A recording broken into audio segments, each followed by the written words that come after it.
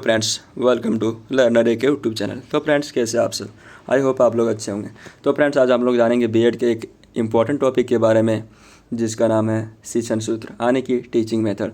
तो friends, teaching method आपके सभी यानी कि टीचिंग एग्ज़ाम में आएगा फ्रेंड्स। तो ये बहुत ही इम्पॉर्टेंट है फ्रेंड्स, यहाँ तक कि बीएड के लिए भी प्लस में और जो टीचिंग का जितना भी एग्ज़ाम है फ्रेंड्स, वो सब में भी ये सब पूछा जाता है टीचिंग मेथड। और आप अपने स्कूल में विदाउट टीचिंग मेथड आप टीचिंग नहीं करा सकते फ्रेंड्स। तो चलिए शुरू करते हैं।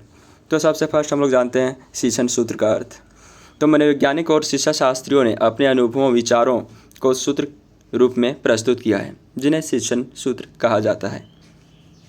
ये सूत्र उस मार्ग को संकेत करते हैं जिस पर चलकर शिक्षण अधिगम की प्रक्रिया सुगम, रुचिकर, प्रभावशाली व वैज्ञानिक बन जाता है। यह सूत्र बाल प्रकृति पर आधारित है, अतः प्रत्येक अध्यापक को शिक्षण कला में सफलता या दक्षता प्राप्त करने के लिए अपने विषय ज्ञान के साथ साथ उसे सूत्रों का ज्ञान भी आवश्यक है कि किस सूत्र का प्रयोग उसे किस स्थान पर कैसे करना है, ताकि उसके छात्र विषय वस्तु को सरलता से समझ सके। अब हम लोग जानेंगे शिक्षण सूत्र की परिभाषा विभिन्न मनोवैज्ञानिक के द्वारा। सबसे फर्स्ट हम लोग जानते हैं रेमंड के अनुसार शिक्षण सूत्र पथ प्रदर्शन करते हैं जिसमें सिद्धांत से व्यवहार में सहायता के लिए अपेक्षा की जाती है। अब हम लोग जानेंगे नेक्स्ट ऑक्सफोर्ड डिक्शनरी के अनुसार शिक्षण सूत्र के आम सच्चाई है जो विज्ञान एवं अनुभव से ली जाती है। ये सूत्र अध्यापक को सुचारू रूप से शिक्षण में मदद करते हैं। विशेष रूप से प्रारंभिक कक्षाओं में पठन पाठन की क्रिया आसान हो जाती है, क्योंकि ये सभी सूत्र छात्र को ध्यान में रखकर बनाई गई है। अब हम लोग जानेंगे शिक्षण सूत्र के विभिन्न सूत्र। पहला है फ्रेंड्स सरल से जटिल की ओर, सिंपल टू कॉम्प्लेक्स। सेकेंड है ज्ञात से अज्ञात की ओर, नॉन टू अननोन। थर्ड है मूर्त से अमूर्त की ओर, कॉन्क्रीट टू अब्स्ट्रैक्ट। और चौथा नंबर है पूर्ण से अंश की ओर। फिर नेक्स्ट है फ्रेंड्स अनिश्चित से निश्चित की ओर। नेक्स्ट है विशिष्ट से समान की ओर, स्पेसिफिक टू जनरल। एंड 7 है आगमन से निगमन की ओर। 8 है विश्लेषण से संश्लेषण की ओर। 9 है मनोवैज्ञानिक क्रम से तर्कसंगत की ओर। और एंड देन लास्ट है अनुभव से युक्ति युक्त की ओर। तो फ्रेंड्स, हम ये सब जितना भी टॉपिक है उसको हम लोग विस्तार से जानते हैं फ्रेंड्स। तो सबसे फर्स्ट हम लोग जानते हैं सरल से जटिल की ओर यानी कि सिंपल टू कॉम्प्लेक्स। इस सूत्र का आशय यह है कि छात्रों को पहले सरल से जटिल बातों की जानकारी दी जाए, जिससे पाठ व विषय में उनके रुचि व ध्यान लगाया जाए। यह क्रम बाल विकास के अनुकूल व पूर्ण मनोवैज्ञानिक है, क्योंकि बच्चा आयु बढ़ने व मानसिक विकास के साथ साथ जटिल बातों को भी समझने लगता है। यदि अध्यापक प्रारंभ में ही जटिल बातों को बताने लगे तो छात्रों को समझने में कठिनाई होती है। इससे शिक्षक का प्रयास व्यर्थ हो जाता है। उदाहरण स्वरूप हास्य या बच्चों को जोड़ सिखाने के लिए बच्चों को गिनती या साधारण जोड़ सिखाना चाहिए। हमारे देश का इतिहास छोटी छोटी कहानियों के रूप में बच्चों को सरल प्रतीत होगा, परंतु उद्योग घटनाओं, संधियों व शासन प्रबंध के विस्तृत में यह अत्यंत कठिन लगेगा। अब हम लोग जानेंगे नेक्स्ट ज्ञात से अज्ञात की ओर। इस सूत्र के अनुसार शिक्षक को बालक के पूर्व ज्ञान को जांचकर उसी के आधार पर उन्हें नया ज्ञान देना चाहिए, अर्थात उससे पहले की वे बातें बतानी चाहिए जिन्हें वह जानता है। फिर उसे विषय वस्तु पर आना चाहिए जिन्हें वह नहीं जानता है, क्योंकि सर्वथा नवीन तथ्य बच्चों के लिए कठिन होते हैं। किसी पाठ में छात्रों की रुचि व ध्यान तभी संभव है जब उसमें जानकारी या नयापन दोनों सम्मिलित हो। अतः शिक्षक को पढ़ाने से पूर्व छात्रों का पूर्व ज्ञान अवश्य जान लेना चाहिए। उदाहरण स्वरूप भाषा शिक्षण में वर्णमाला की जानकारी कराते समय वस्तु की जानकारी कराएं, तत्पश्चात उसी वर्ण से संबंधित एक से अधिक वस्तुओं की जानकारी प्राप्त की जा सकती है, जैसे क से कमल, ख से खरगोश आदि। अब हम लोग जानेंगे अस्थूल से अमूर्त की ओर, अर्थात इसको नेक्स्ट शब्दों में कहते हैं फ्रेंड्स अस्थूल से सूक्ष्म की ओर। बच्चों के शारीरिक विकास के साथ साथ मानसिक विकास भी होता है। शैशवावस्था में वह सूक्ष्म अमूर्त वस्तुओं के बारे में नहीं जानता, परंतु स्थूल या मूर्त पदार्थों को सरलता से जान लेता है। आयु बढ़ने के साथ साथ उसमें सूक्ष्म भावों, तथ्यों, वस्तुओं या वस्तुओं को समझने का विकास होते जाता है। अतः शिक्षकों को छोटे बच्चों को पढ़ाते समय प्रारंभ में केवल मूर्त वस्तुओं का ही प्रयोग करना चाहिए और उनकी बातों से सूक्ष्म बातों को बताना चाहिए। उदाहरण, गणित में जोड़ घटाना सिखाने के लिए गेंद, बोली, कंकड़ आदि का प्रयोग किया जा सकता है।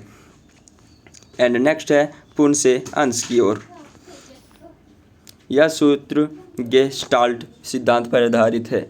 गेस्टाल्ट मनोविज्ञानी के अनुसार हम किसी वस्तु को पूर्ण रूप में ही देखते हैं। बालक के सामने कोई वस्तु आने पर वह सर्वप्रथम पूर्ण वस्तु को ही देखता है, जानता है, वह समझता है, उनके विभिन्न अंगों को नहीं। जैसे बालक सर्वप्रथम किसी वृक्ष को उसके पूर्ण रूप में ही देखता है, उसके भागों या अंगों के बारे में अलग नहीं। शिक्षकों को उसके इस पूर्ण ज्ञान से लाभ उठाकर उसके वृक्ष के अंगों, जड़, तना, डाली, फूल, पत्ती आदि के जानकारी देना चाहिए। उदाहरणार्थ, कंप्यूटर का ज्ञान कराने के लिए पहले कंप्यूटर तत्पश्चात उसके भागों जैसे माउस, कीबोर्ड, CPU, LCD आदि का ज्ञान कराया जाए। भूगोल में पहले मानचित्र दिखाकर फिर राज्यों का ज्ञान कराना चाहिए। अब हम लोग जानेंगे नेक्स्ट 5 नंबर, अनिश्चित से निश्चित की ओर। तो फ्रेंड्स, आप लोग वीडियो को रोक के आराम से समझ के लिख सकते हैं फ्रेंड्स। अब हम लोग जानते हैं अनिश्चित से निश्चित की ओर। इस सूत्र के अंतर्गत अस्पष्ट एवं अनियमित ज्ञान को स्पष्ट एवं नियमित कराना होता है। छात्र अपने संवेदनाओं द्वारा अनेक अस्पष्ट एवं अनियमित वस्तुओं की जानकारी करता है, परंतु शिक्षक को चाहिए कि स्पष्ट एवं नियमित रूप से नियमित वस्तुओं की जानकारी प्रदान करे, गलत तथ्यों को सुस्पष्ट कर सही तथ्यों को बताएं तथा उनके विचारों में यथार्थता एवं निश्चितता लाने हेतु प्रयत्नशील रहे। निश्चित वह है जिसका एक अनिश्चित स्वरूप हो। उदाहरण, जैसे हम उदाहरण के तौर पर समझ सकते हैं फ्रेंड, किसी देश प्रदेश प्रमुख स्थल व वहाँ की विशेषताओं से संबंधित छात्रों के यह स्पष्ट एवं अनिश्चित ज्ञान को शिक्षक वहाँ के मानचित्र, चित्र, मॉडल, चार्ट व उदाहरण के माध्यमों से निश्चित व स्पष्ट कर सकता है। अब हम लोग जानेंगे नेक्स्ट विशिष्ट समायन की ओर। इस सूत्र से आशा है कि पहले छात्रों को विशिष्ट ज्ञान की ओर ले जाया जाए, अर्थात छात्रों के समक्ष विशेष उदाहरण प्रस्तुत किया जाए, तत्पश्चात उसे सामान्यीकरण करने के लिए प्रोत्साहित किया जाए। विशिष्ट व्यक्ति, वस्तु अथवा बात वह है जो सामान्य से हटकर उसी रूप में पाए जाकर किसी स्थान, क्षेत्र अथवा विशेष रूप से जुड़े हो, और सामान्य वह है जो उसी रूप में सभी जगह पाया जाता है। उदाहरण, संज्ञा, सर्वनाम, क्रिया विशेषण पढ़ाते समय पहले एक से अधिक उदाहरण प्रस्तुत करना चाहिए, फिर उन्हीं उदाहरणों को समयित करते हुए उनकी परिभाषा को स्पष्ट करना चाहिए। अब नेक्स्ट है आगमन से निगमन की ओर। यह इंपॉर्टेंट टॉपिक है फ्रेंड्स। आगमन विधि में प्रारंभ में छात्रों के समक्ष उदाहरण प्रस्तुत किए जाते हैं और फिर नियमों को निकाला जाता है, जबकि निगमन में इसके विपरीत पहले नियम प्रस्तुत किए जाते हैं, बाद में उदाहरणों की सहायता से उन नियमों की सत्यता परखी जाती है। आगमन नए ज्ञान की खोज में सहायक होता है, जबकि निगमन इन खोजों के फलस्वरूप प्राप्त होता है। एक उत्तम शिक्षक अपना शिक्षण आगमन से प्रारंभ करता है पर निगमन पर समाप्त करता है। नेक्स्ट है विश्लेषण से संश्लेषण की ओर। विश्लेषण बालक को भली प्रकार समझने में सहायक होता है, तो संश्लेषण उस बात की ज्ञान को निश्चित रूप में प्रदान करता है। इस सूत्र के अनुसार किसी घटना या तथ्य की जानकारी पहले समग्र रूप में कराकर उसके विविध भागों को व्याख्या या विश्लेषण द्वारा स्पष्ट किया जाना चाहिए। शिक्षण में विश्लेषण या संश्लेषण दोनों आवश्यक है। उदाहरण, छात्रों को यदि झारखंड के विभिन्न जिलों की जानकारी देना हो तो सर्वप्रथम झारखंड, फिर उसके सभी जिलों की स्थिति या विशेषताओं की जानकारी कराई जा सकती है और अंत में सभी को पुनः समेकित करते हुए झारखंड प्रदेश की जानकारी की जा सकती है। एंड देन नेक्स्ट पॉइंट है मनोवैज्ञानिक क्रम से तर्कसंगत की ओर। शिक्षण प्रक्रिया मनोवैज्ञानिक सिद्धांतों की आधार पर दी जाती है। बालक की रुचि, योग्यताओं, जिज्ञासा, आवश्यकता व परिपक्वता के अनुसार पाठ्यक्रम, शिक्षण विधियों व शिक्षण सहायक सामग्री का प्रयोग किया जाना चाहिए।